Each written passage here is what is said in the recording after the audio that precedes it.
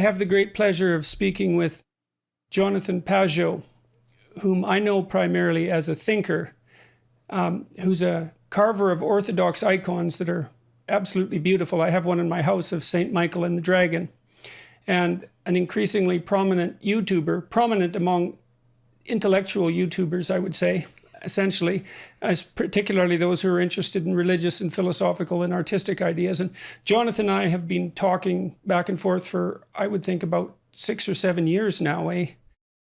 We met in 2015. Yeah, it's crazy. Time flies. It's crazy, that's for sure. So we haven't spoken for 2 years, maybe? Yeah, we saw each other, I think, when your book came out and you came to Montreal for a little event, and I picked you up at the airport. And that was the last time we saw each other. Yeah, it's a while. A lot of water under the bridge. That's right, indeed. And in your case, literally. Yes, exactly. Mm-hmm. Jonathan's house was flooded out. That was when? It was in 2019. But we just moved back into our house this Christmas. And so it was a long thing. It lasted a very long time. So. And are you in your house right now? Yes, I'm in my house all fixed up. And so we're really enjoying it. We're happy to be back. I bet it must have been unbelievably dislocating to be flooded like that. Your whole basement filled with water, if I remember correctly. Yeah, exactly. It was a dike broke in the city, and I think it was thousands of people got evacuated within an hour. And so, for my kids, especially, it was my kids and even my wife. It was a little bit of a trauma because it was water where we could see the water coming, and there were cops and all these firemen and everything. And so it was a pretty intense moment. Yeah, and where were you living when your house was underwater? We moved around. We lived at my parents', then we rented a place, then we had to move. And so we ended up living in 3 places during about a year and a half that we were gone. But it was one of those things where, we say symbolism happens, a lot of the things that even you talk about or that I talk about just manifested themselves. This problem of the dike and the idea of, corruption or inattention to the situation, and then thinking you're safe when in fact you're not aware of what's kind of looming on the margins. And so for me, it was a real learning experience. I hope that I've come out of it stronger and more attentive, let's say. Yeah, well, I hope so too. I mean, we all hope that we come out of unpleasant experiences stronger than when we went in, although that isn't always the case. It's the case when things are functioning optimally and when you're fortunate and courageous and, I suppose, as honest as you can be. But fortunate definitely ranks high among all of those necessary preconditions for successful recovery, I would say. Yeah. And I have to say that I'm so grateful to see you back online. That I know you've heard this, but there have been thousands of people thinking about you, praying for you, and really rooting for you. And I actually saw Tammy last year when I went to bring your icon, and I just remember just feeling helpless. And she was like, "Would you go to Russia?" And I was like, "I'll go to Russia. I'll go see Jordan in Russia." It didn't seem like it was a reasonable thing to do, and it's probably better it didn't happen. But we've definitely been praying for you and rooting for you and thinking about you, Jordan. No, I appreciate that a lot, and I'm back to some degree. I would say I still think I'm running at about 5%. So yeah, and that's partly why I was concerned about talking to you today. We're generally discuss things that are relatively deep, and it's still difficult for me to go deeply into anything that's happening to me because it's so unbelievably awful. And it's been hard on my faith, I would say, and my book is coming out, my new book. I should show it to you. I just got copies of it yesterday.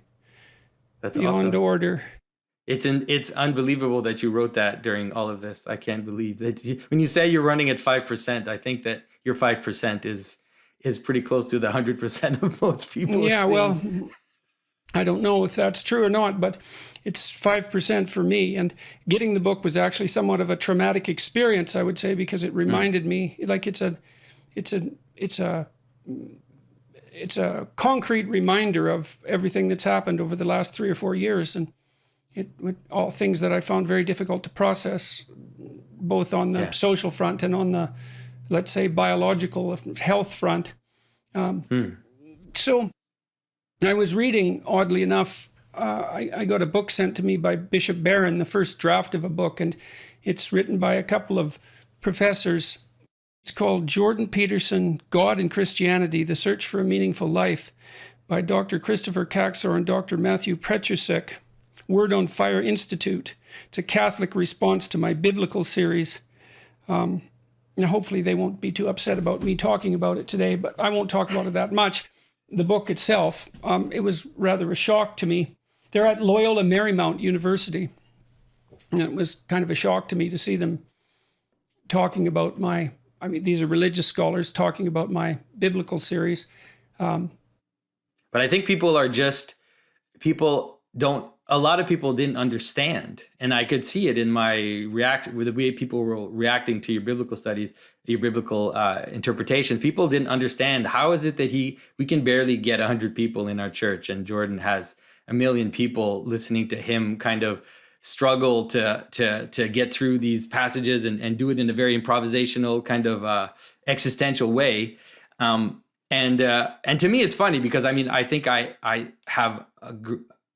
have a deep affection for the way that you approach things, and obviously we connect together in the way we think. And so to me, it was like, this is what you guys should have been doing for a while, is trying to understand how it is that this stuff is talking about reality, and not just a bunch of arbitrary things that you need to believe or that you need to kind of attend to. And because these stories, they really are telling us about the structure of being. And so I think that that's the way that you approached it. And that's why people are resonating to what you're saying, because they're like, finally, someone can help us make sense of these stories that we're somehow strangely attracted to, or frustrated by, or disgusted by, or whatever it is. But there's this push and pull with these stories. And so I think that I've seen a lot of Christians listen to your biblical talks. And of course, sometimes you say things and they're like, okay, that's way off the rails. And then other times you say things and they can't believe the insight that you're able to pierce. And so I'm not at all surprised that Catholic scholars would kind of look at what you were doing. And we all hope that you're going to do more of that, for sure. Yes, well, I would like to. I'm thinking about trying to attempt a book on Exodus and lectures as well, although I wouldn't say that I'm in any shape to do that yet. But it's a dream, let's say. I'm pretty much completely non-functional for the first 3 or 4 hours of the day. I get up and I can barely stand up, and I go have a sauna for an hour and often sleep during that period of time. And then at the same time, I cook breakfast. I use an air cooker, and then I go walk for anywhere between 7 and 10 miles. And even though by the time I get out of the house, I'm dizzy as can be, and it's difficult to stand up. But after about a mile or two, I get my legs under me to some degree. And then by 2 o'clock, I'm kind of functional, and although extremely anxious. And then I'm able to do a little bit of work, and often to sit down at 4 o'clock. My mind seems sharp enough, although my memory isn't good. I can't bring things to mind like I used to, which is quite distressing. And I have very little emotional resilience. And I'm worried for that reason about the release of this book. I just did a London Times interview that was really difficult, we followed that. Let's say it's that frustrating. It's funny because this, again, it was like the same stories are playing out again. This person goes after you, and then it just turns against that person, and it's just she's exposed for the fraud that she was being in during that interview. And so, I think in the end, it's so strange that it keeps happening over and over. I've really decided not to do mainstream interviews now for a good while, because it seems to me that I've gone to the well of public sympathy, so to speak, enough times, and that if this happens to me 2 or 3 more times, let's say, people are going to rightly say, how many times does it take for Peterson to learn? And so I don't want that to happen. I've been, I feel an obligation to my publishers, obviously, to talk about the book. Although that interview had virtually nothing to do with the book. We hope that I would be able to discuss my health issues with someone who would treat them squarely, and then I could ignore them from then on in. But that isn't what happened. Well, it's a sign of the politicized discourse. Like it's a sign of the breakdown that we're going through, that we see this capacity to have so entrenched aside that people doesn't matter what they do. It doesn't matter what they say. They don't feel like they're responsible because in a way you're the enemy. And, and it's not just you, it's it's between different groups. But if you're the enemy, then everything is justified. And so, well, I think a huge part of this is driven by the desire to have an enemy. Yeah. Yeah. It's very difficult to feel. It's an easy route to self-righteousness to have an enemy.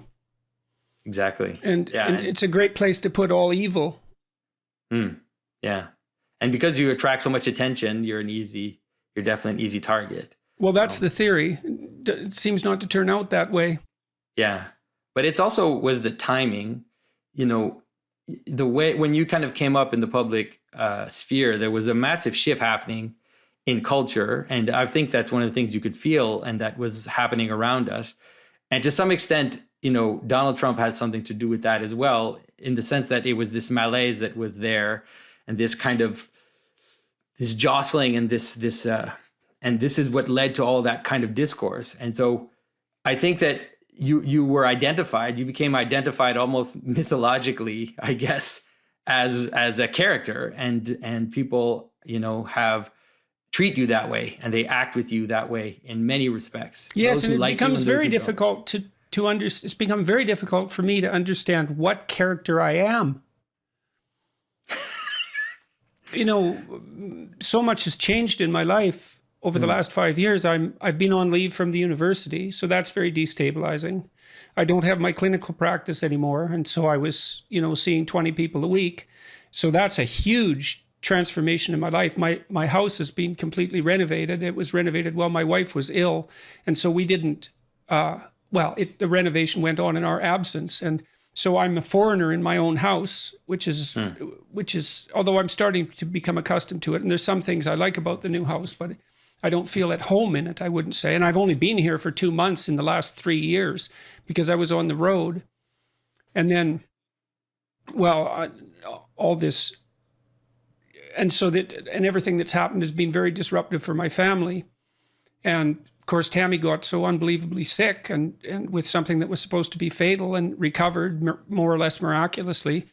And then I've been so unbelievably ill, or still am. And I just don't know where to put any of this.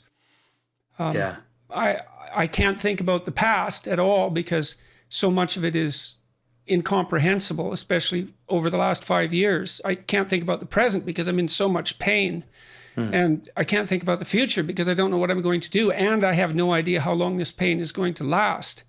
I've been in pain, really severe pain, for 2 years now. And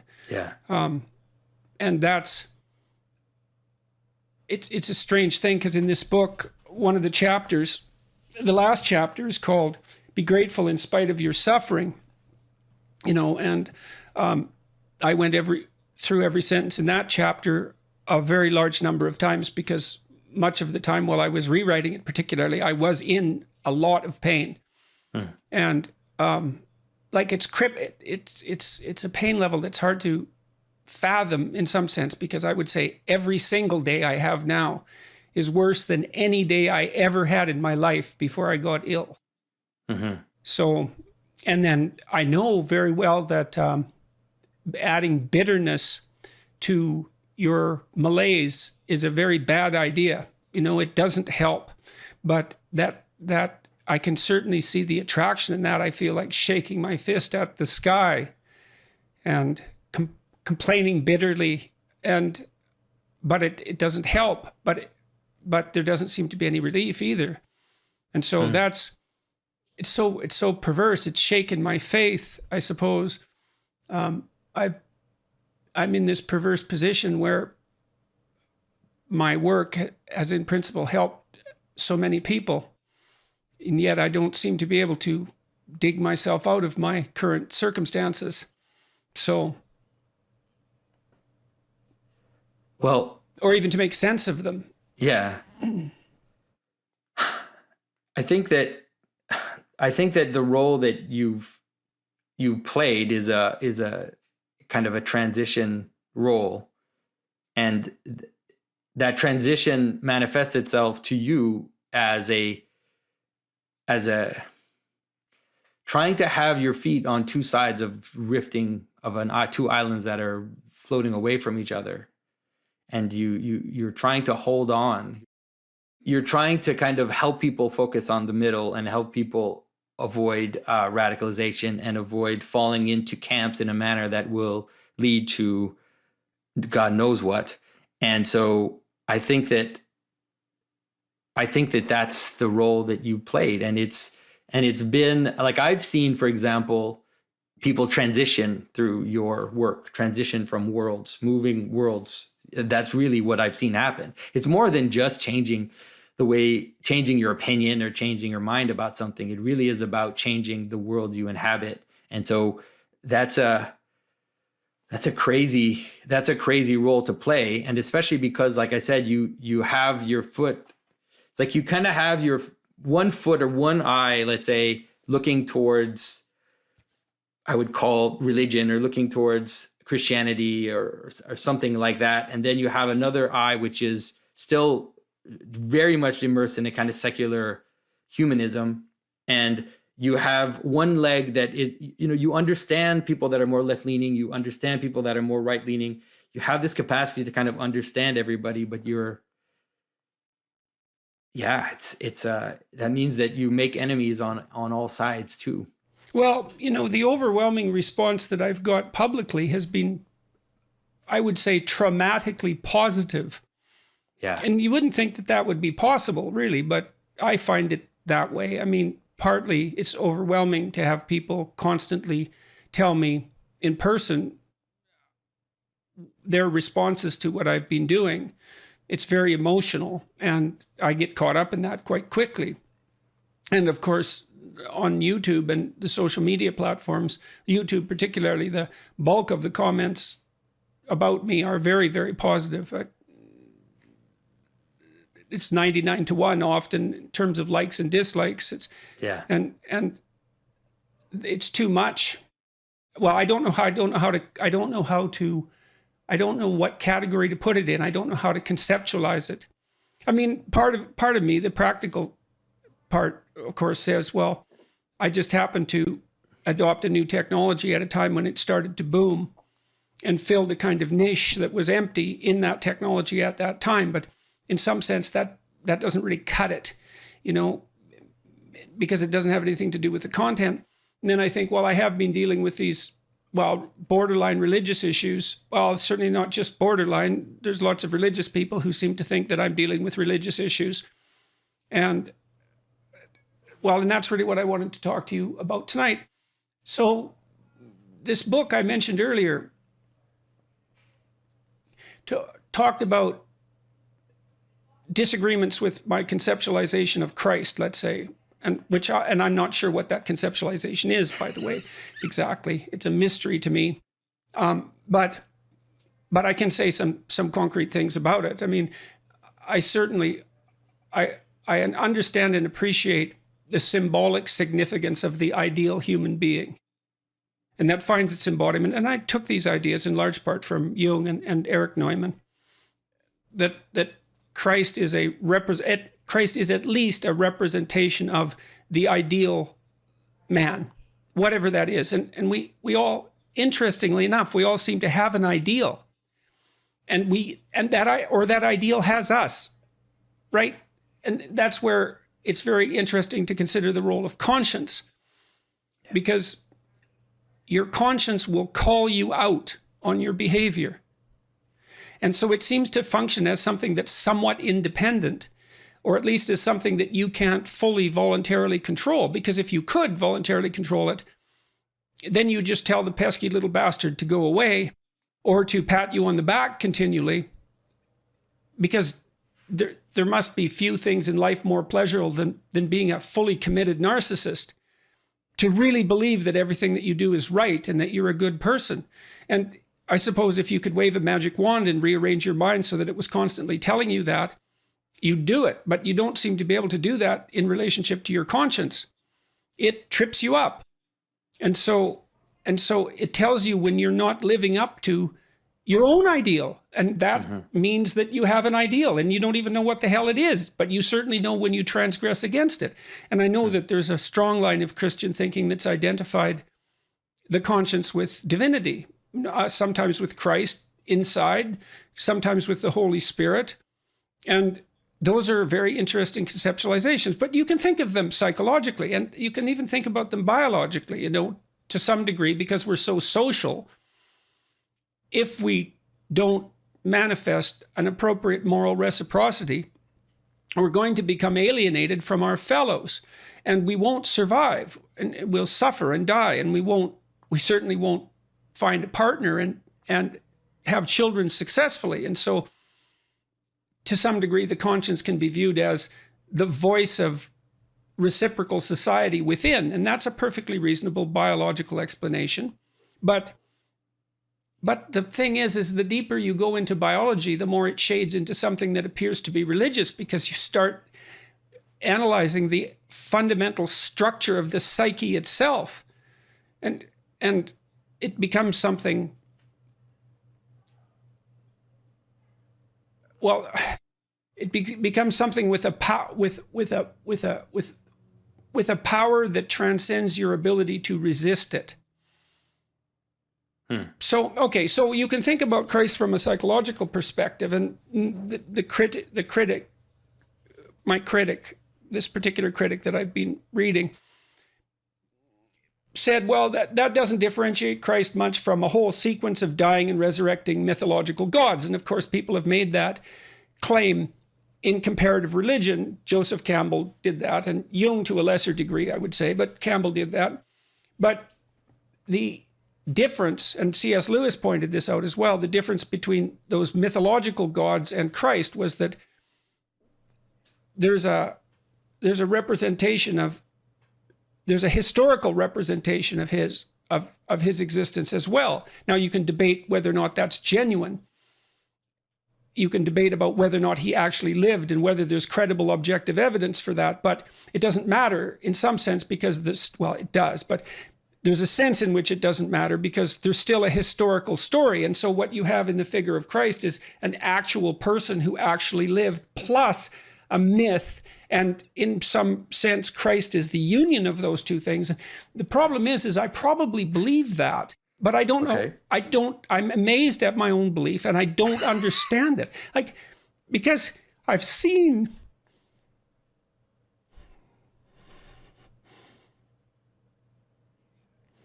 sometimes the objective world and the narrative world touch. That's Jungian synchronicity.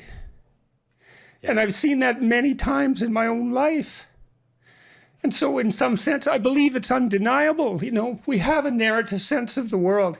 For me, that's been the world of morality. That's the world that tells us how to act.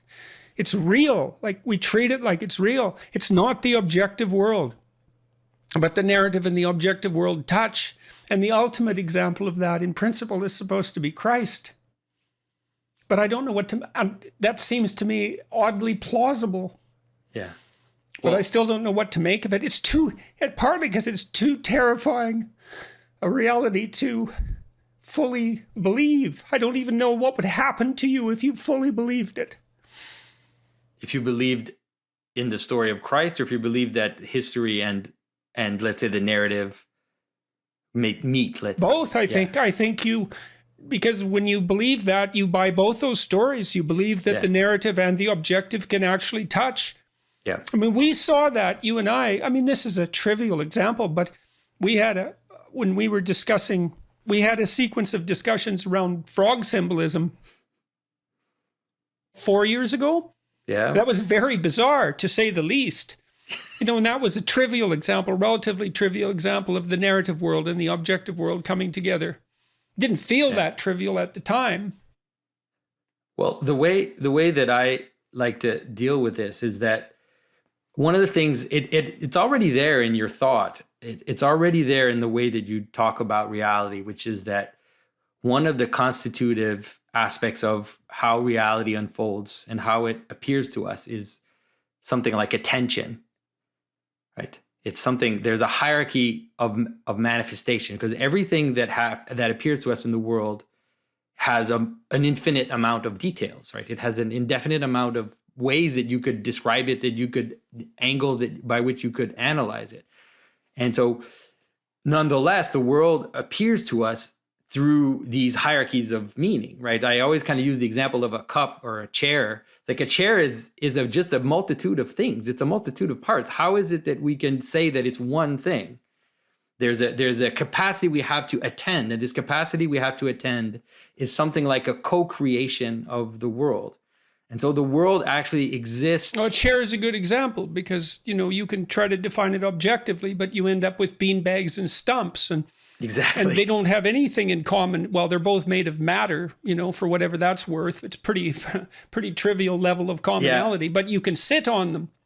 Yeah, and that's what unites there's a mode of being which defines them. Well, and that's so strange. So many of our object perceptions are projected modes of being. And so even the objective world is ineluctably contaminated with its utility, and therefore with morality. Exactly. And so I think that that's the key. The key is that once you understand that the world manifests itself through attention, and that consciousness has a place to play in actually the way in which the world reveals itself. And so you can try to posit a world outside of that first person perspective, but it's good kind luck. of diluted. It's a diluted activity. Well, it's very, very difficult because you don't know what to make of something like time, because time has an ineradicably subjective element, and duration, which is different than time. Yeah. I mean, time is kind of like the average rate at which things change, but duration is something like the felt sense of that time. And if you take away this objectivity, it isn't obvious what to do with time. And I think physicists stumble over this all the time, so to speak. So, and this is something that this intermingling of value and fact was something that I never thought I made much traction with Sam Harris. He didn't seem to me to be willing to admit how saturated the world of fact is inevitably with value. And I actually think he's denying the science at that point, because for everything I know about perceptual psychology, there's a great book called Vision as a... Oh God, now I can't remember the name of the books. That's memory trouble. I'll remember it. No worries. The idea is that if that is true, then there are certain things which come out of that. There are certain necessary things down the road from that insight, which is that attention plays a part in the way the world lays itself out. And that one of them is that the stuff that the world is made of is partly something like attention, something like consciousness, and that has a pattern. And that pattern is the same pattern as stories. It doesn't lay itself out exactly the same, but things exist with a pattern which is similar to stories. They have identities, they have centers, they have margins, they have exceptions.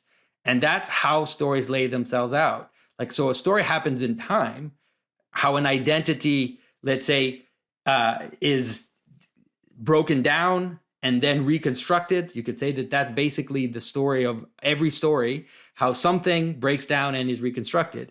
And so that is a way for us to perceive the identity of things. And so if the world is made of this, then it's actually our world, our secular world, which is a strange aberration on how reality used to exist for every culture in every time from the beginning of time, which is to take that for granted, that something that they didn't call it consciousness, but intelligence and attention are part of how the world lays itself out. And it lays itself out in modes of being. And one of the things that comes out of it is not only that, but like you said, it's not only that you have ideas, but it's that ideas have you, or that it's not only that you engage in modes of being, it's that modes of being have you. And that recognition means that the first level of attention to that looks something like worship. It looks like celebration. It looks like the thing which makes let's say the National Hockey League so successful has more to do with celebration than just a bunch of guys on skates on a piece of ice, throwing a puck around. There's a celebration of the purpose of that thing, and it manifests itself through a bunch of stuff, one is like a trophy that stands in the middle on the top of on a stand, and everybody looks at it and kisses it. And so there's this veneration, and there's mascots. The Hockey League example is very interesting because it's a social game, and all the players they're attempting to aim right. So there's a symbolic element to that. Sin is misplaced aim. Yep. And so you hit the small space in the net, blocked though it may be by your enemies, and everyone celebrates that. And you do that in cooperation with other people and in competition with other people. And if you do it properly, not only are you a brilliant player from a technical perspective, but you're also a great sport. And so there's an ethic there and a morality. And this is why people are so upset when hockey players or any other pro athlete does something immoral in their personal life, is because it violates the ethic that's being celebrated as a consequence of this great game. Yeah. And right. So you can see that the striving for an ideal mode of being, the religious striving for an ideal mode of being, is central to what it is that makes hockey addictive. That's right. Yeah, necessarily. And so God, I saw that in pro wrestling. There's a great documentary, Bret Hart, called Hitman Hart. It's one of the best documentaries I've ever seen. And it portrays pro wrestling as a stark religious battle between the forces of good and evil. And Bret Hart, who at one point was the most famous Canadian in the world, was overwhelmed by the archetypal force of his representation as the good guy. It's a great documentary, Hitman Hart. And it shows you how pro wrestling is it's not the world's most intellectual activity, to say the least, and people can easily be dismissive of it. But one of the things I loved about the documentary was that it attempted to understand from within what was compelling about what was being portrayed. And it was a religious drama. It was shocking and brilliant. And so that is actually, there's an objective part of that there's an objective way in which these patterns kind of come together and manifest, let's say, higher and higher versions of this drama. And so the sports drama has a certain level, but it's limited to a certain extent because it still happens as a confrontation, let's say, between two irreducible sides.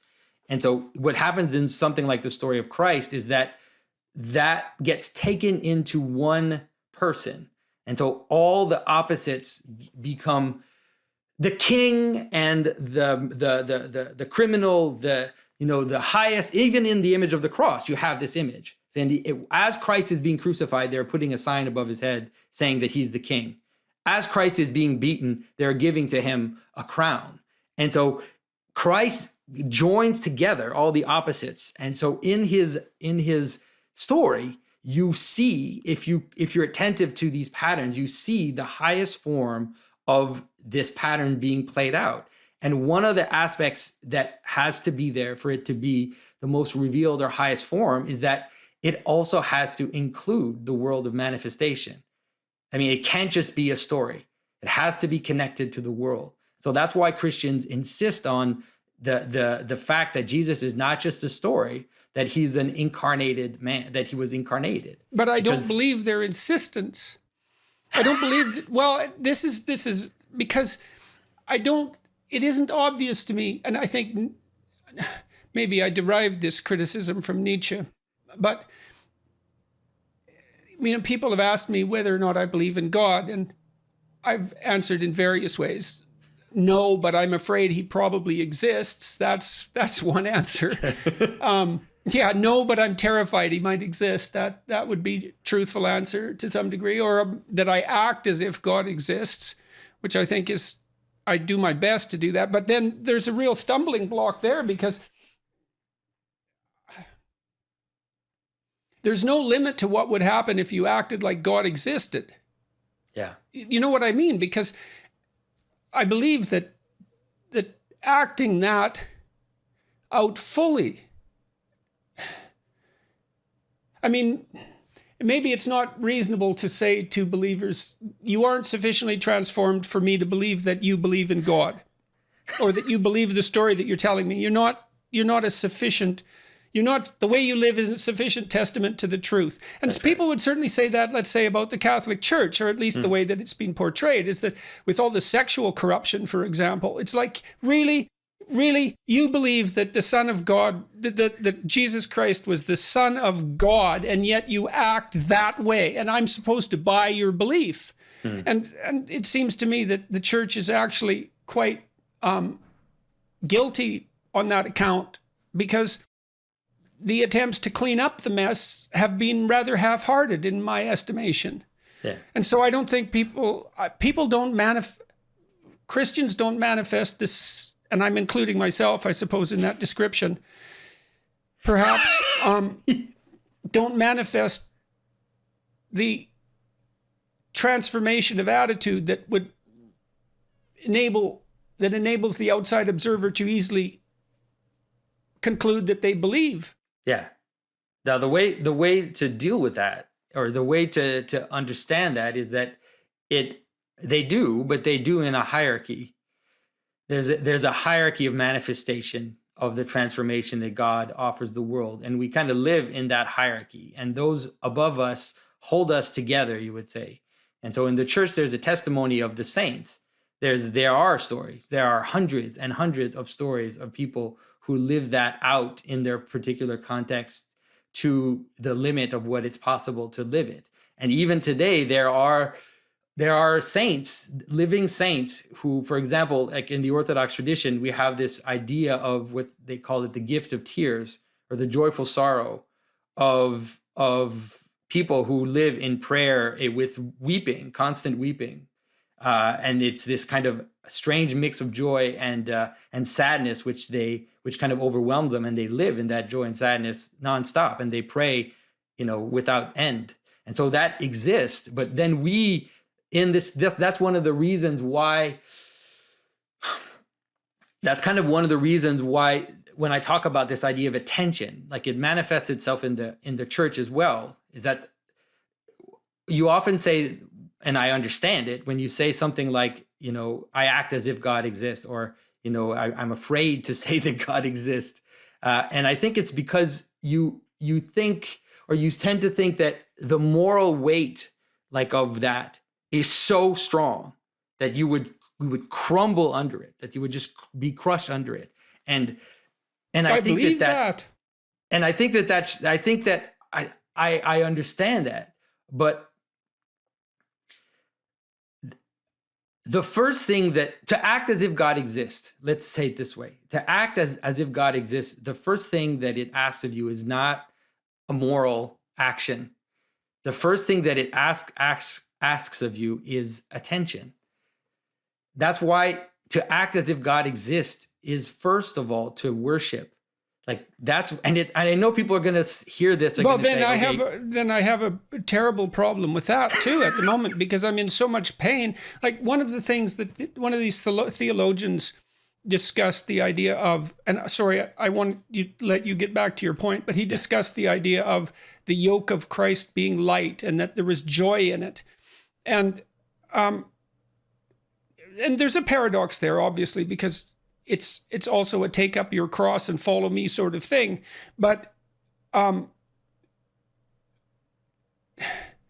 fact that I've been living in constant pain makes the idea of joy seem cruel, I would say. And I have no idea how to reconcile myself to that. I mean, I've reconciled myself to that by staying alive, despite it. Although by staying alive despite it, but there's very little worship. And it doesn't mean I'm not appreciative of what I have. I'm not only am I appreciative of what I have, I do everything I can to remind myself of it all the time. And so does my wife. I mean, she's changed quite a bit as a consequence of her struggle with cancer, has become much more overtly religious, I would say. And, say grace before our meal in the evening, and it's a very serious enterprise, and it always centers around gratitude, for the ridiculous volume of blessings that have been showered down upon us at a volume that's really quite incomprehensible. But despite that, despite that, I'm struggling with this because I don't know how to reconcile myself to the fact of constant pain. Yeah. And I feel that it's unjust, which is halfway to being resentful, which is not a good outcome. No, I agree. And I can't speak, I don't know how to speak to that because I don't have that experience. I don't have that. I don't live with constant pain. And so I don't know what that would do to me. It's probably one of the reasons why it might ruin me, And so, it's very difficult to answer that. I think that the answer has been the cross. That's been the answer. It's maybe easy for me to just say it that way. But that's always been the answer of Christianity, which is that God went to the cross, and that God went down into death and plunged down into death. And there are mysteries hidden. And they're very well hidden, but there are mysteries hidden in that depth. But it's not. I don't think it's my job to moralize to you at this particular moment. So we talked about the narrative and the objective touching, and so I wanted to touch on that again. Is that I understand C.S. Lewis's argument. And, I'm even inclined from time to time to think, well, I've got the choice between believing two impossible things. I can either believe that the world is constituted so that God took on flesh and was crucified and died and rose 3 days later. Or I can believe that human beings invented this unbelievably preposterous story that stretched into every atom of culture. And it isn't obvious to me that the second hypothesis is any easier to believe than the first, because the more you investigate the manifestations of the story of Christ, the more insanely complicated and far-reaching it becomes. So I read Ion, for example, and for all of those who are listening, if you want to read a book that will completely make you insane, then you could read Jung's Ion. And it's a study of Christian symbolism in astrology, which doesn't sound particularly dangerous, but or even particularly necessary to read, I suppose. But Jung describes the juxtaposition of astrological and Christian symbolism, and it's a brilliant book, and it's terrifying because he outlines the concordance between the levels of symbolism over several thousand years, and it's obvious when you read the book that no one plotted this. It's not a conspiracy. Whatever's going on to make that concordance occur isn't something that we understand. And it seems to be best understood as one of these situations where the narrative and the objective touch. The saturation of Christianity with fish symbolism, Jung associates with astrological movement of into the house of Pisces. And so he describes how a drama, so ancient people saw a drama played out in the sky, and that was a projection of their imagination. And that projection contained symbols that were associated with the emergence of Christianity. And so you can see in that the alternative explanation is that there's this unfolding of a symbolic landscape over centuries or millennia that's part of human biological and cultural evolution, but that starts to touch on the religious anyways when you describe it in those terms. Like it's the operation of a natural cognitive process, let's say natural/cognitive process that supersedes any one individual or any one culture.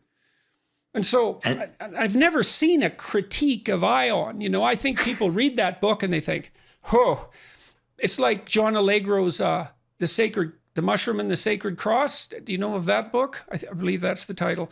Well, it's another book you read and you think, well, I have no idea what... It's a study of mushroom symbolism in Christianity. And it's another book that, it claims that Christianity was heavily influenced by psilocybin use, and it was published in the 1960s. It's an amazing book. But it's another book you read and you think, I have no idea what to do with that. I have no place to put that book. So, but Ion is really like that. And well, one of the things that, for example, we talked about just before, the idea that, the idea of Christ being a dying and resurrecting God, and, that's really actually not the case. If you actually just look at the story of Christ, and not just the story in scripture, but let's say the whole story as it kind of developed in tradition and kind of melded together. In the ancient world, you had this idea of gods that went down into the underworld. Either that went down for some reason to visit, or went down to save somebody even, or died and then rose again. But that's actually not the story of Christ, because if you understand the full tradition of the Christian story, we think that Christ died, went into Hades, and then destroyed death. And he pulls everybody out of death. And then that's it. Like, what other story are you going to tell after that story? You have a story of someone who dies, goes into death, and then destroys death, and then that's it. That's the thing with Christ's story, that every story, every aspect of his story reaches the limit of storytelling, and it's impossible to go beyond it. Right. That's right. Well, even from a psychological perspective, that's correct, and that in itself is a kind of miracle. And so you're stuck in some sense constantly having to choose between miracles. It's like, okay, it's a figment of the human imagination. Fine, but it's the limit figment in multiple ways. How did that happen? And also, but as soon as you start to think that the world is made of attention, the idea of just a figment of somebody's imagination, especially just a figment of someone's imagination, which happens, like you said, over thousands of years within communities of thousands of people, it just becomes a ridiculous statement. It doesn't mean anything. It's like, yeah, it only means something if you assume that, and Jung pointed this out, it only means something. To say it's a figment of imagination and have that brush it aside means that you think that imagination is nothing. And Jung pointed out constantly that you should not attribute nothing to the psyche. It's what you depend upon. It's the ground of your existence. It's not nothing. It's the thing that you take for granted more than anything else. So anything that you can recognize as a story will definitely be manifesting patterns that you can recognize. And so they can't just be brushed aside from the most insane conspiracy theory to the most, like childish fairy tale. Anything that manifests itself as a pattern of story that you can recognize has a certain level of value, has enough level that if you pay attention to it, you actually can gather some nuggets of how the world works and how the world lays itself out. And that's why, like, if I do symbolic interpretations, I can do it for scripture, but I can also do it for some Marvel movie or some video game or whatever it is, because that's just for you to even recognize something as having being, it's already part of that world. It's already manifesting these patterns. This critic said that the mere psychologization of Christ was insufficient because, and you made the same case in some sense, that it doesn't make sense unless the narrative and the objective world truly touch. And I think you could debate that, because I think that there's some utility. There could arguably be some utility in a secular version of the hero myth, that the best way to cope with existence is to tell the truth and to face what you don't know forthrightly. And that will enable you to orient yourself within our finite and bounded existence that ends with our death more properly, more accurately, more advisedly than any other route. I've seen people from Orthodox priests to, the most Protestant you can imagine, recognize in the way that you represent reality something that has value, because you are manifesting that pattern. Like what you're saying is true. But I think that if we take seriously the relationship between attention, psyche, and the way the world reveals itself to us, then it scales up. It scales up after that. It jumps up a level, and it also scales up in terms of, because one of the things that you talk about, like looking up to the star and looking up to the highest thing you can look at, and then aiming towards that. Once again, one of the things that does is that the first thing you do is actually it's attention. The people don't like the word worship. It's a form of reverence, a form of veneration. You submit yourself to that aim. So it's not just that you see the aim and that you aim for it. You actually have to submit yourself to that which is to what you're aiming. And so that's sacrifice to it. Exactly. And you have to sacrifice to it. And so that's why, let's say, the religious version of this has to move towards the highest possible aim, and also one that we can do together. Because like the lower aims, like you could call them something like lower gods, let's say, or angels, or whatever you want to call them. Like these lower aims, they have value, but they're all fragmented. But for this to stack up, we need to be able to look towards the same image. We need to look towards the same aim, and that will bind us together. And so we don't also end up being just kind of individuals who have the weight of the world on our shoulders, but we're a communion of saints. We're a communion of people who are submitted to, aiming towards, worshiping the same point. Yeah, and I believe that that's necessary. And I've had some profound experiences, which I can't really relate here, that of the necessity for that community, is that this, whatever our fundamental moral load is, immense though it is, crushing though it is even, requires the participation of others. So even if you were the perfect you would need other people to be along with you. It's a collective enterprise, even though it's an individualistic, even though it requires the perfection, it requires as much perfection as is possible at the individual level. That's not enough. There has to be that communal element as well. You need help. We all need help to aim as high. The highest aim requires communal endeavor. Yeah. And it's also because it actually is the way that everything works. It's like the chair aiming to be a chair is a constitutive of parts which are joined together towards a same goal, and therefore hold together as a being and manifest the chairness of the chair. And that's the same with you. You have all these thoughts, right? You have all these feelings, all these contradicting things inside you. And you need, by aiming up towards, I believe that the image of Christ, let's say, by aiming towards the image of Christ, you constitute your being into that being that's able to attend, to sacrifice, to love. And then that scales up with people. I agree. People well, together. And I think you are aiming, and this is something else I tried to point out to Sam. You're either aiming at Christ or something lesser. Yeah. Or if things get really out of hand, you're aiming at something opposite, and you don't want to be doing that. And this is a matter of definition in some sense. And it's actually not impossible to understand, is that you aim at something better, generally speaking. I mean, maybe you're out to cause pain, but forget about that. You aim at something better.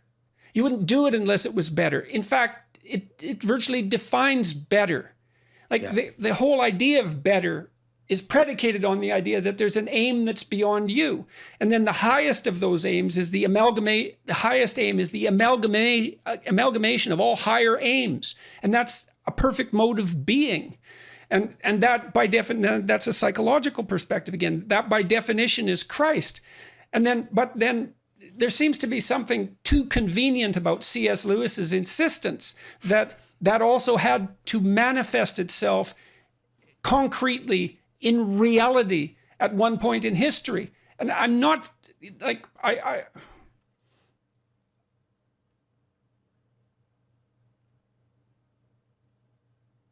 I don't understand why I should believe that.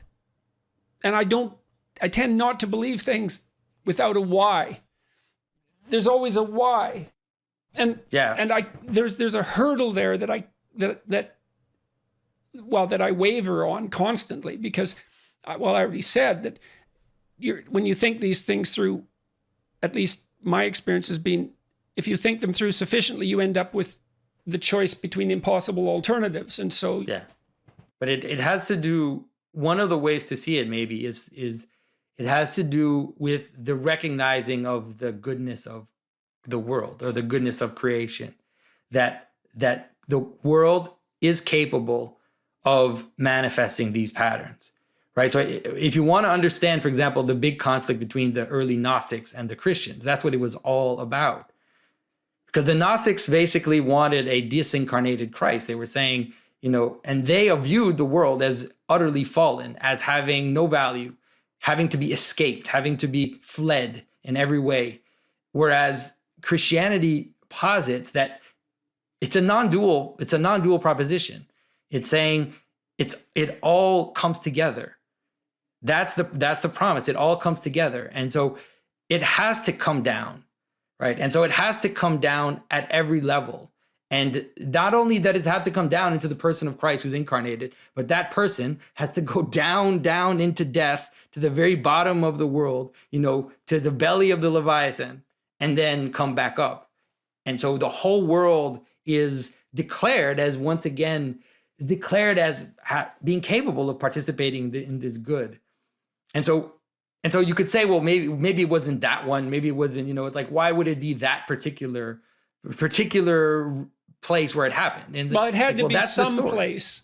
That's the story. I mean, there is no other story like that story that we have. And so once you recognize that this is part of the declaration, that the world does embody these patterns, that it leads to this, it leads to this story of a man who embodied them absolutely, and is bringing us in him to also embody them in a way that will transform us. Like the ultimate goal of Orthodox vision of Christianity is theosis. It's to become God, through transformation and participation in God. So that's the final goal of everything, is to become participant in the divine. And how do you distinguish that from Catholicism? No, I mean, in terms of that, I think that it's a difference of emphasis. I think for sure the Orthodox emphasize theosis more than the Catholics. The Catholics are kind of iffy about theosis in terms of, it's there in some of the thinkers, but I would say it's probably not official Catholic doctrine. But I think without theosis, you're missing the point of the whole thing, or you're missing the point of everything. Like, why do things exist, right? Like, why do things exist? And so I think that the idea that they exist to participate fully in their most perfect form, like that's what they're called to do, and it ends up being a declaration of the ultimate possibility for goodness in the world. I think that's. Well, it seemed to me, I've observed, let's say, that it's possible to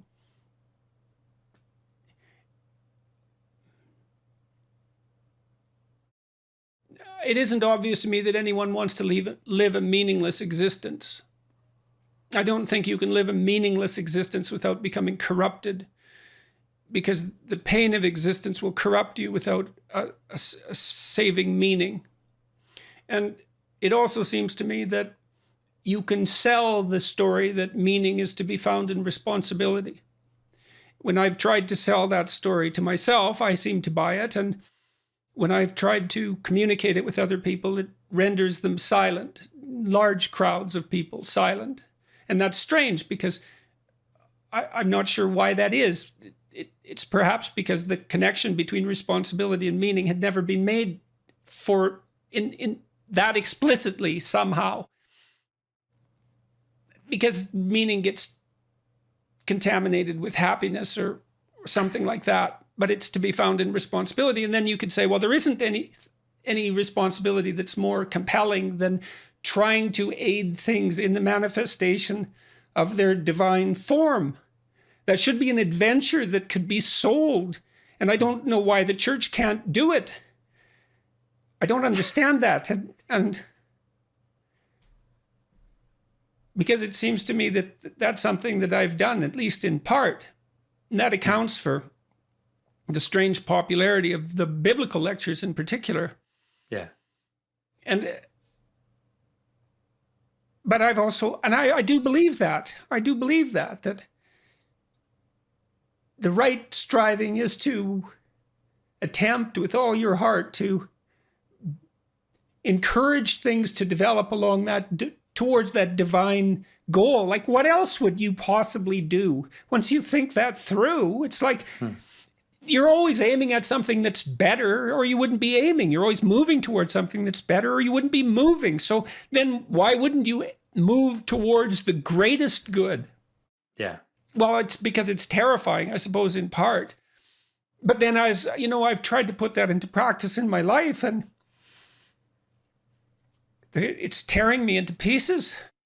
Yeah. I don't know, though, if one of the reasons is because you're also alone. And because at least to my understanding, you're not in a community. Well, it's hard to say. I mean, it's hard to say. Because fans aren't a certainly community. Well, they've been a community. I mean, Yeah. One of the things that has held me together certainly is the commitment that I feel to the people who've been so positive towards me and my family. I do feel that as a community. I understand what you mean. Why the hell not go to church? I know you wasn't going to come right out and say it, Jordan. Yeah, I know you're not that blunt about it. But it's not just it's not just about going to church. One time I told you something, and I don't know if I was able to drive it through. There's something about being in a hierarchy because there's an aspect of being in a hierarchy that you talk about, which is this kind of striving to kind of be the best within that hierarchy. But there's an aspect of being in a hierarchy, which is that the hierarchy covers you. Oh, definitely. There's no doubt about that. Yeah. And so there's something about submitting. That's why the lowest status members of a chimp group will still fight off interlopers. Yeah.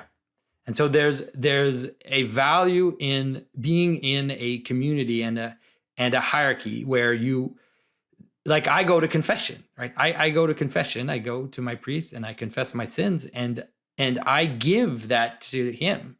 He actually takes responsibility for an aspect of listening to my sins and kind of participating in my salvation. And so the weight ends up being distributed across the community. It's not, so you don't actually just bear it on yourself. And it's not just it's not just a living community. It's not just those that are alive in the hierarchy, but those that have left their story.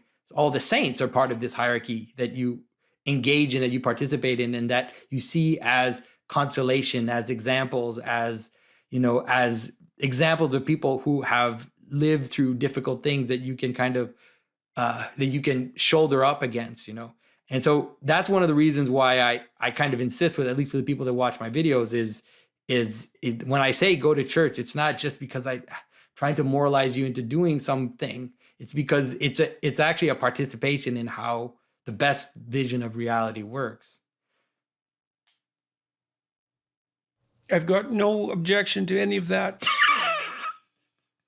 But I've seen you. Objection. I'm probably one of the only people in the world that has actually seen you in church and seen you, and how that squirm in church. Why? See, the other thing, I was reading this book, and it's mostly a jumping off place for me to think. It's like,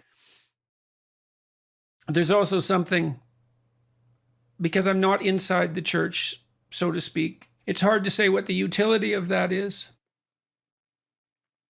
The utility of being inside the church. Of being outside it. Oh, being because outside I'm an the outsider talking about religious matters. Yeah, but I think that it has played a great role. Like I've often said that you're something like King Cyrus. If you know the story of King Cyrus in Scripture, King Cyrus was a Persian king who told the Jews to go back to Israel and build their temple.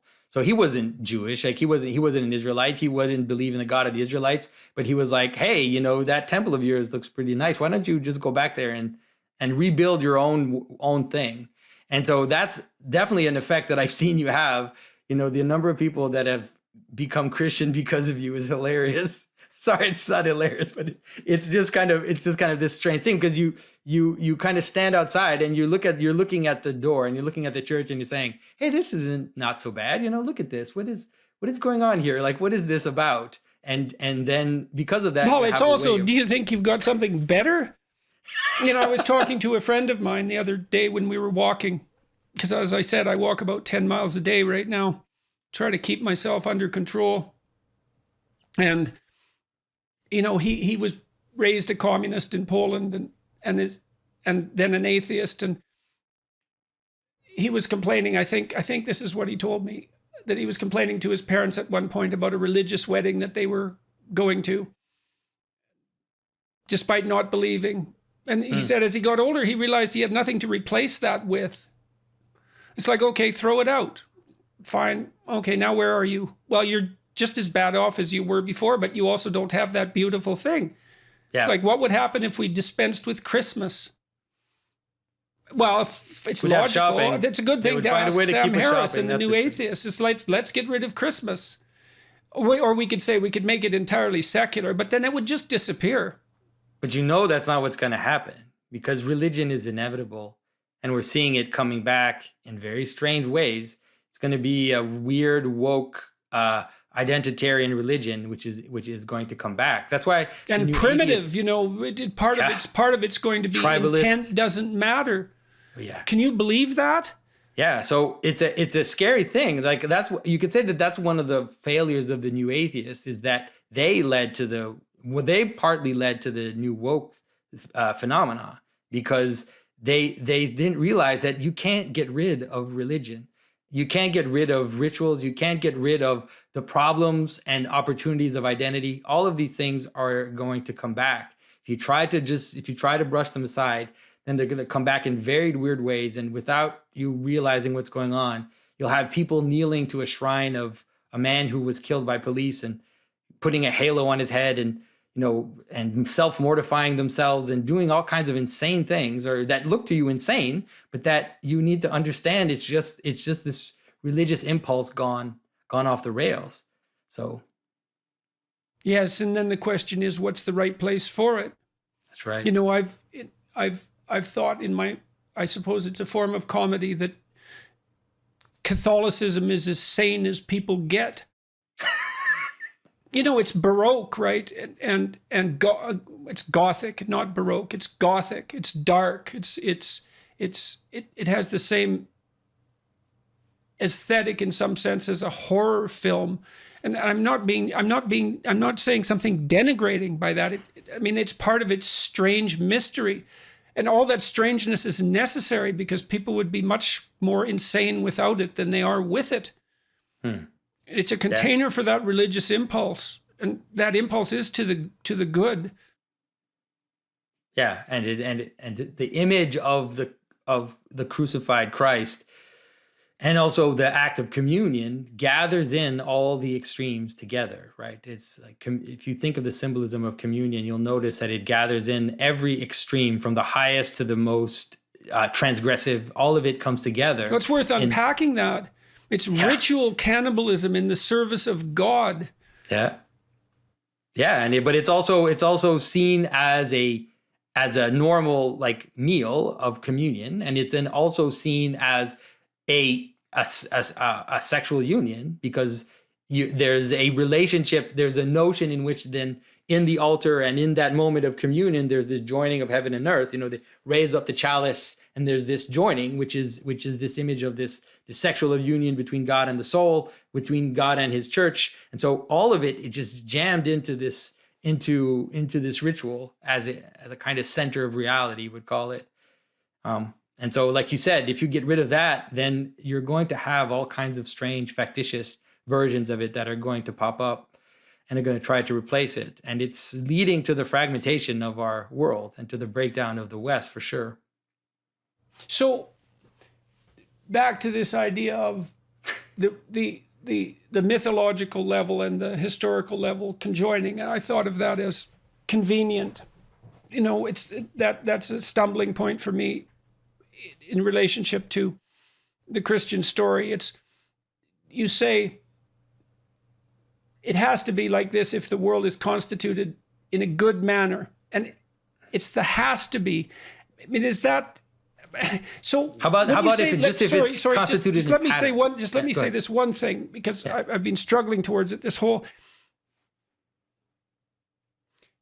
It's an act of faith, and so let's say that your faith is that you decide to make the notion that reality is good the cornerstone of your faith. It's something that you believe, or is it something that you courageously assume? And is there a difference between that and belief? And if you courageously assume that the world is good, that reality is good, then the touching of the narrative and the objective in this manner that's demonstrated by Christ, that becomes necessary. Is that the idea? So to me, it's funny. I don't see it as an act of faith in the way that we think of an act of faith, like this jump of faith or whatever. I see it as an act of trust, faith as trust, you would say. That's fine. That would be a courageous assumption if it's trust. And it's trust in the sense also of, so when we talk about the good, we always have to be careful not to just limit it to the good, to the moral good. There is the moral good. But when we talk about the good, we're talking about the good in a much larger way. And the good is the pattern of the things, right? And the sense that the fact that the world lays itself out as ordered, as pattern, inevitably, that there is no way around it. You cannot avoid the order of the world because in order for you to even perceive anything, it has to have an identity, it has to have a hierarchy, has to have a margin, has to have all these things. It's all there in every act of perception. Exactly. And so in every act of perception. And so it's that. So every act of perception presumes a value hierarchy. Exactly. You can't avoid it. And so it's not like an act of faith in the sense that I at the outset think the world is nihilistic and chaotic. It's like, no, I don't. I think that, on the contrary, I think that you could say it in a religious way, that the love of God holds the world together, and it's inevitable that things are held together by these patterns of being that are always aiming towards the good, even in the very identity of whatever it is that you're encountering.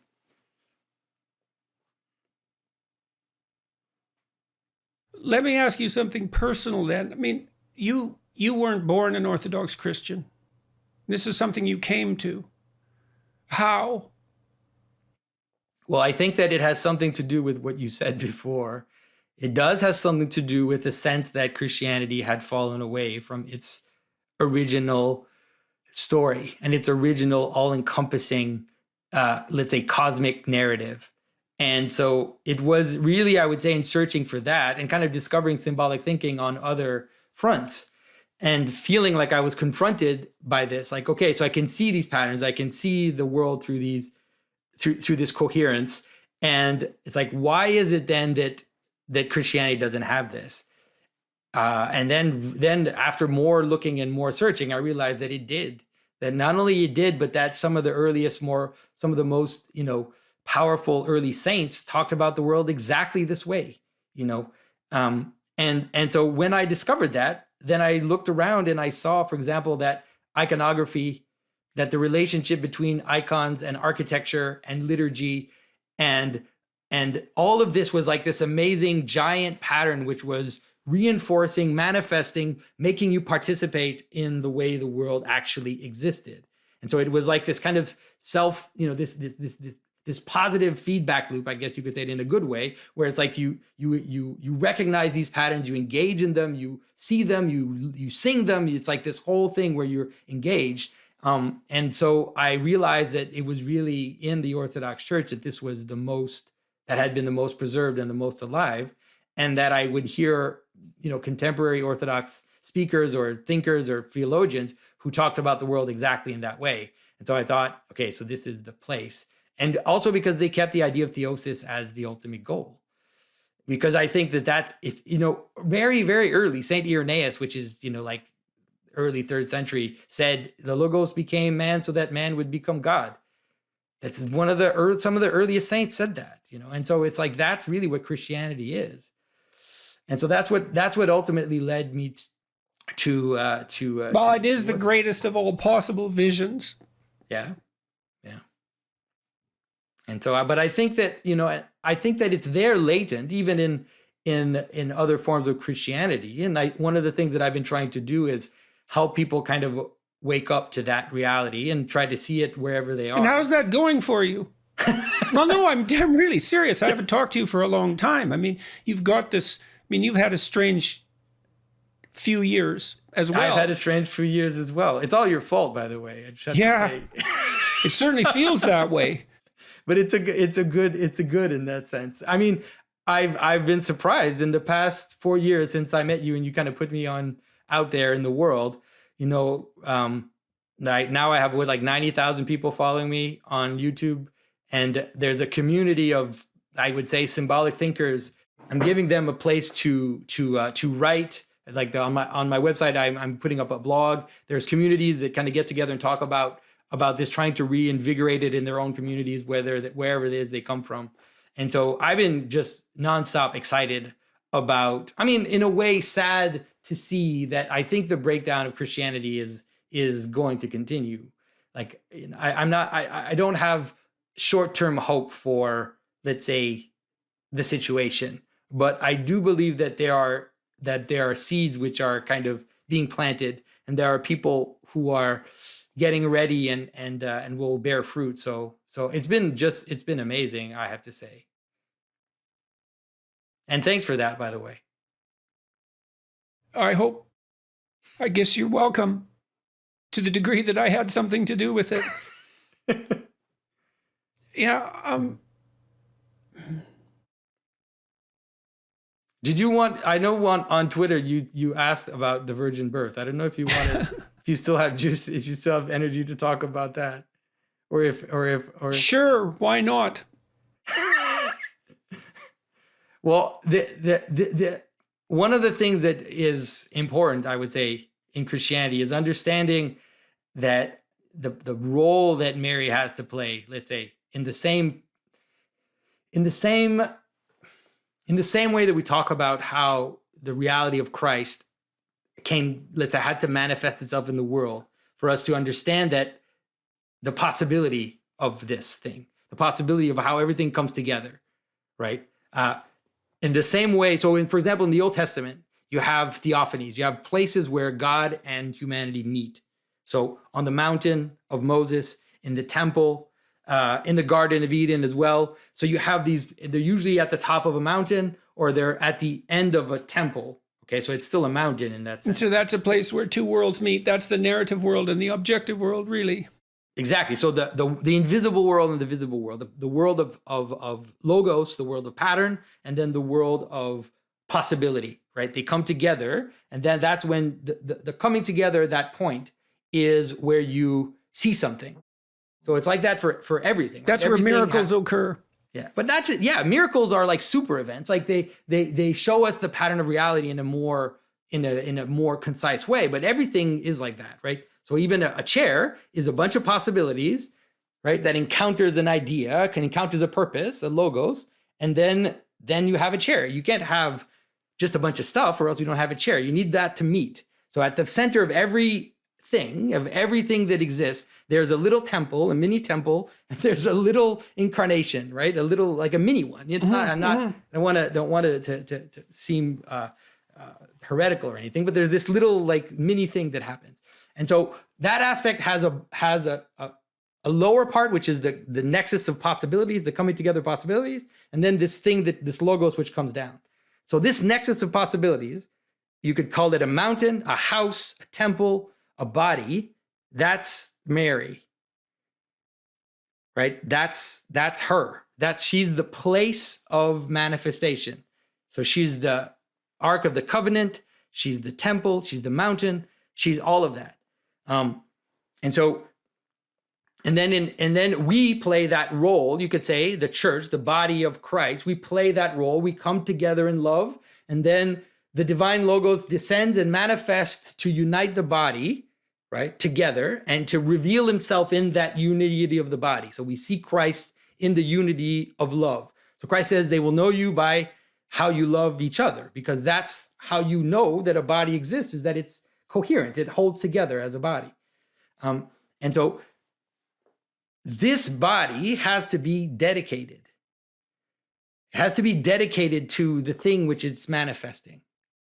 So like, let's say you have a turkey, a car, and 2 bits of grass, and you think, I'm going to make a chair out of that. Well, it's not going to happen, right? It's not going to happen. I think you were going to go that route. But this is it. This is what it's about. It's not going to happen because that's not dedicated. And so, in the same way of a woman and her husband, so a woman has to be dedicated to her husband for the union to be recognized and fruitful. So if a woman is not faithful to her husband, then there's confusion on the identity of the child, right? But if a woman is dedicated to her husband, which means that she's actually a virgin to all other identities. She's virginal to all other identities, and she's dedicated only to the one thing. So this idea of virginity is super important because it's about dedication. It's about not being mixed or not being uncontamination. Uncontamination.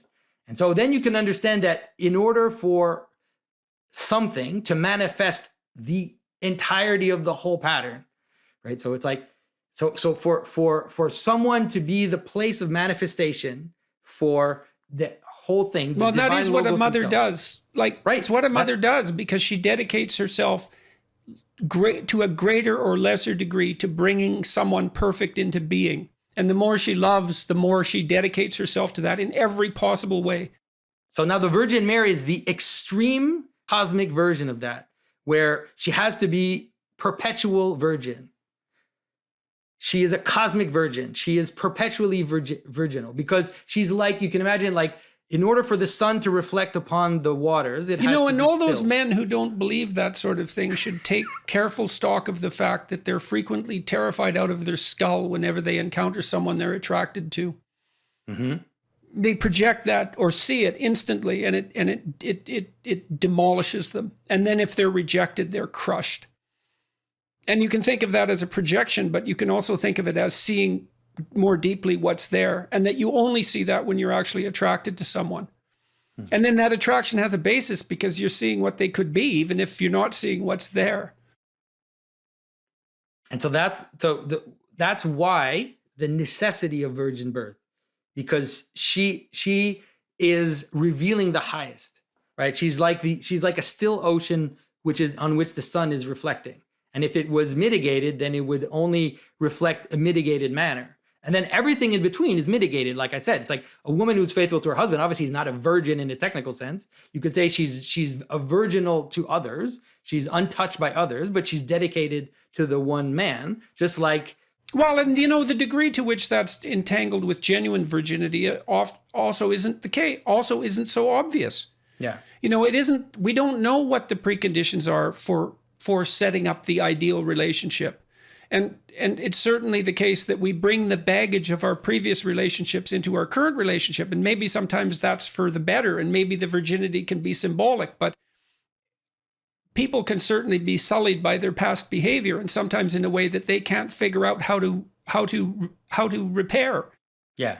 Well, for sure, the Christian ideal has always been the union of virgins, in the sense that then the dedication ends up being tighter, right? And so you are dedicated to your husband, and your husband is dedicated to you, and then you're unmitigated mentally, even, right? Like in terms of memories and in terms of comparing and in terms of all of these things which we do as human beings.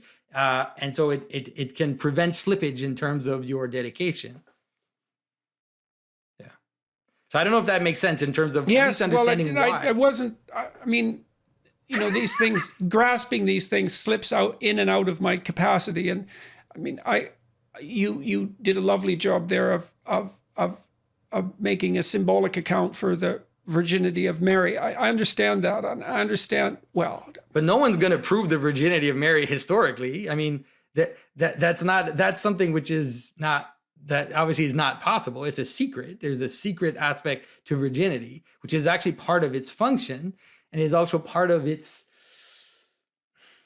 how can I say this? It's part of its mystery, right? Which is something which is not public. It belongs to the identity.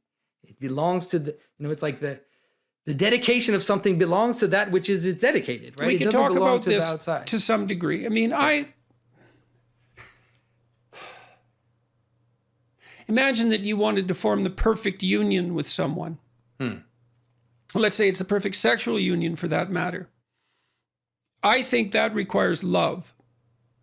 Whenever I've had in my life a sexual experience that wasn't associated with love, I didn't feel right about it. My conscience bothered me very much, very rapidly. And maybe that makes me an outlier, although I don't think so.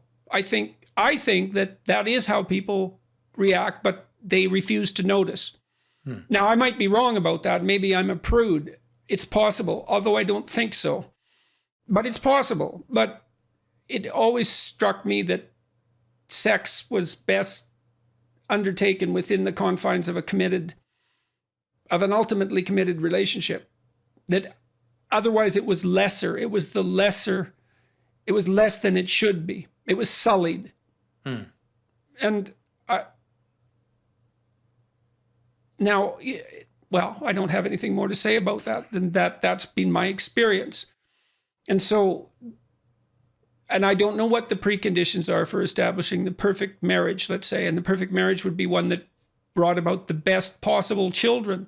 These are not trivial things. They're very difficult things to get right. Certainly you want the least amount of animosity, unnecessary animosity possible between the parents. You want the union to be tight. You want it to be based on love and commitment. That seems clear even from the psychological literature. Yeah. So I have another question for you. Yeah, go for it. This idea of theosis. I think it's lack of... I'm tormented by the possibility that it's lack of courage that stops people from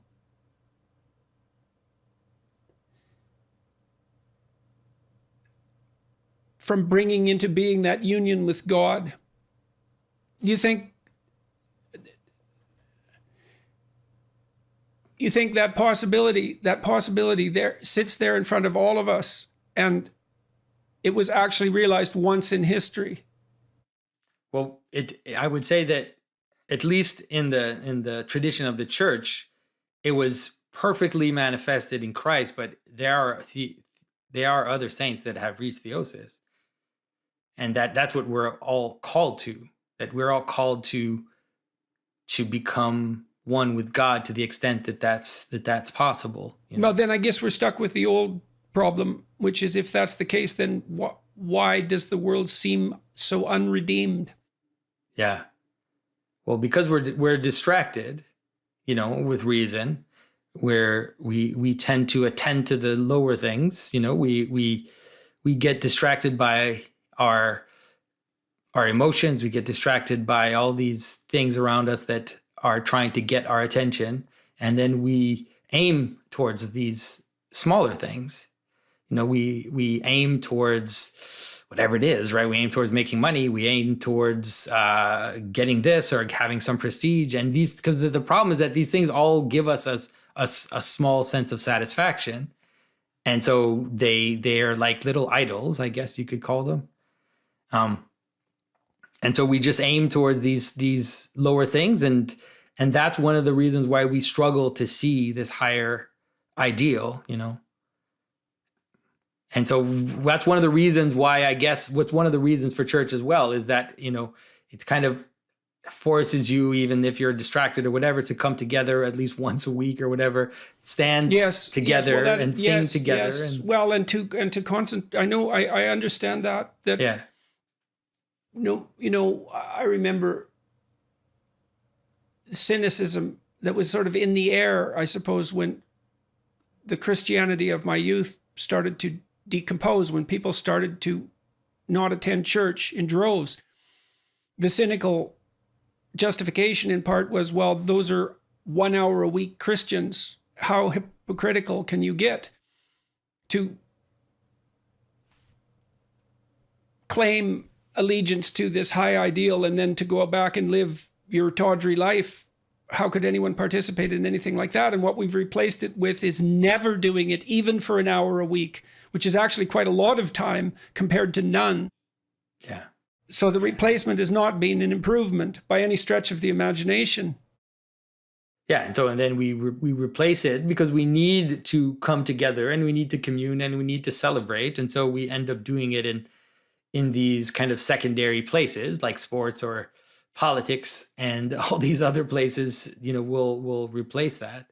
But ultimately, like I said, one of the things that help us to trust, let's say, or to find some respite is that it's together. Like we're doing this together. And so when you see, there's some comfort in knowing that some people have dedicated their life to God and have lived that way.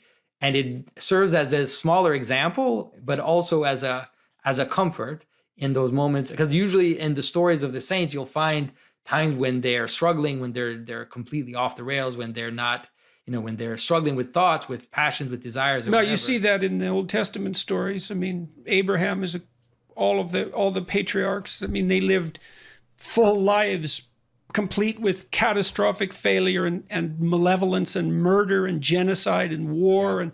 Yeah. And yet were redeemed. And so I think that's one of the things that helps us to like you said, to see. It's like you don't have to, obviously you don't look at the person who goes to church once a year or whatever. That person has their own thing to deal with. You find and you see these people that are the opposite, that really live. And everybody has met, I would say, probably a few people like that. At least I've met a few that are just, I've met some priests, monk priests that are glowing, like they're just glowing. And you see it in their eyes that they live at a level of peace and acceptance that I don't have access to. And so it's like that type of encounter is also part of your transformation, because it tells you like, oh yeah, I see it in your eyes. Like I can see that this exists. It's not just something we talk about. I want to talk a little bit about heaven. So I talked to Matt Ridley a while back and Bjorn Lomborg, and I'm interested in their thinking because they're trying to plot an optimistic course for the future, one where at the highest levels of social integration, we decide how human society should look, at least insofar as we conceptualize how it might look if we addressed some of the major problems that beset us. But it's an attempt to make things better. It's an attempt to bring about something increasingly resembling heaven on earth. I mean, heaven is generally conceptualized. You can conceptualize it as a state of being. It might be the state of being that those people that you described live in. I've had paradisal experiences where everything transformed itself into something that was perfect, that appeared perfect. And I was unable to stay in those frames of mind. The heaven, is that something we build? Is that something? I don't understand the relationship between the heaven that awaits us, let's say, after we die. That's the idea, and what we build here on earth. Do those touch? Is that the doctrine? There's so much of this doctrine I don't understand. at Well, all. I think a way to see it has to do with attention again, and it has to do with a hierarchy of attention. If you try to build heaven, you're going to fail.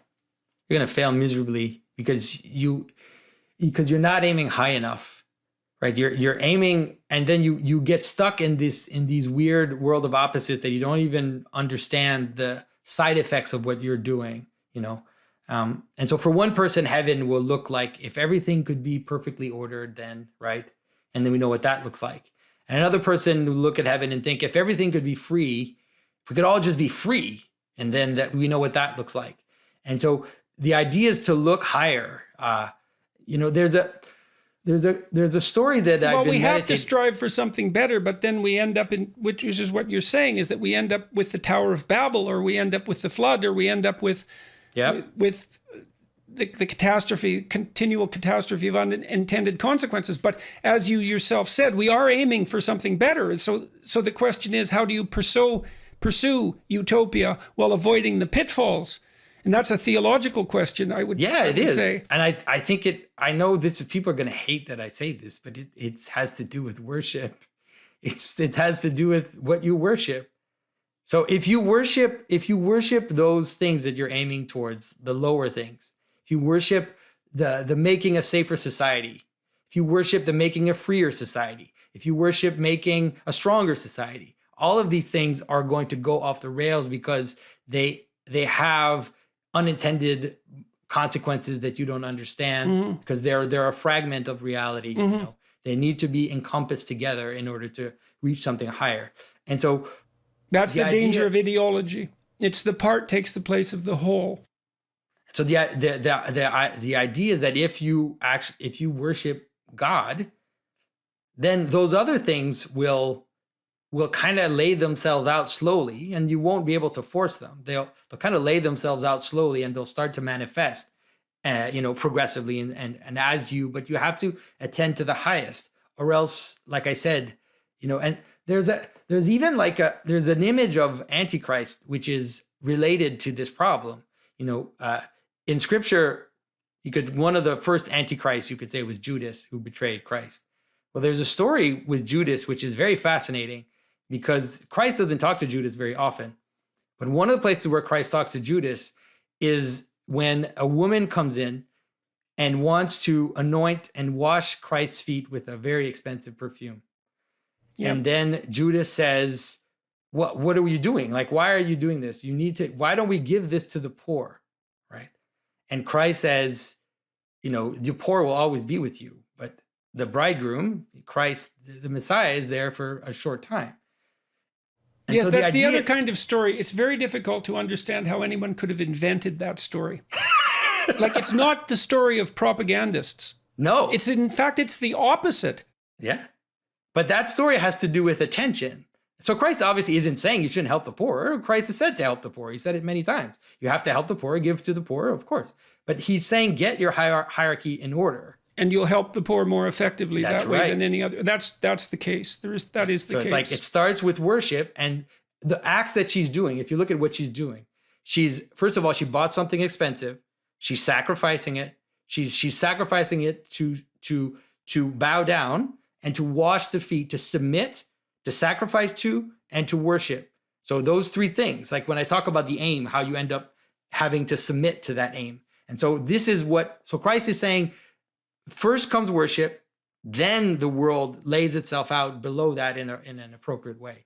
And that's what the Sermon on the Mount says too. Yeah. And those that are saying help the poor as their ultimate goal, in Scripture it says that Judas didn't even want to help the poor. He wanted to take the money for himself, really.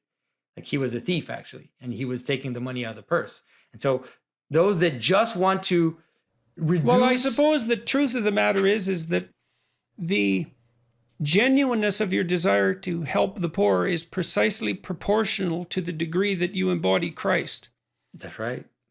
And it can't be otherwise. It cannot be otherwise. I see that. I see that clearly, because otherwise things will go astray.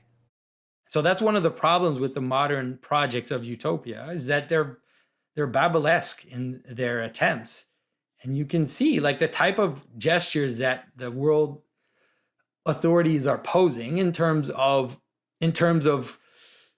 safety, extreme, like, with COVID and everything, this desire to create absolute safety, this desire to create absolute identification and tracing, and all of these kind of weird gestures that show that they think they can control reality it's leading us towards a very dangerous place. Well, one of the things I noticed, I did some work on a committee at one point that was advising the UN in relationship to the establishment of its millennial goals, and there was hundreds of goals, not rank ordered. And so it was a Tower of Babel, because you can't have hundreds of goals that aren't rank ordered and have any goals at all. Because to have a goal means a hierarchy. Something has to be more important than something else. And there isn't anything more important than getting your act together, so to speak, Yeah. And, well, I'm going to have to think about all this a lot.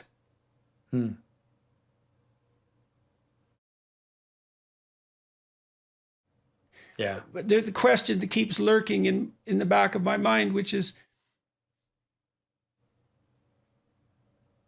does the fact that that's how it should be mean that that's the way that it is?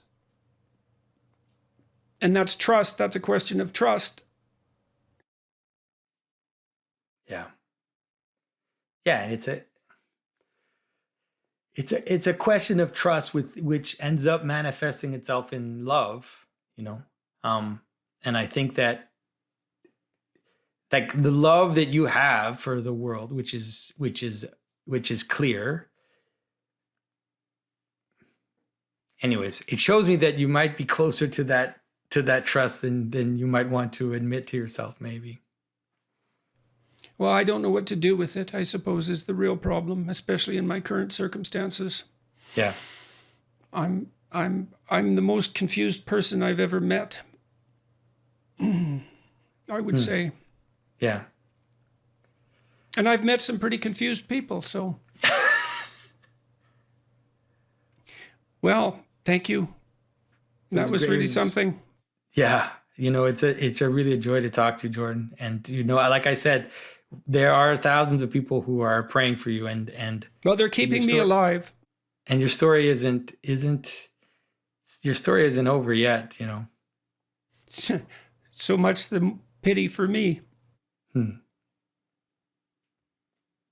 Well, I really, all I can do is really pray that you, I don't know how to formulate it, but I hope that you encounter a moment of grace, and that you can also find a body to join with. And I'm always here, like we haven't talked in a few years, but obviously you're more a part of my life. There's only so much I can stand talking to you. You're definitely always a part of my life, even if it's through weird YouTube videos and everything, and people remind me that you're a part of my life all the time, because a lot of people that watch my videos, they come from you. They always start with, well, I was watching Jordan Peterson videos. And so you're a gateway to you're a gateway to what I'm talking about, So that's a good gateway. Thank you for the carving. It's beautiful. Right. I'm happy to know that it's there, that it's in your house, and that St. Michael is at least holding that dragon at bay a little bit. We hope. Yeah. Good talking to you. Yeah, it's good talking to you, Jordan. Anytime.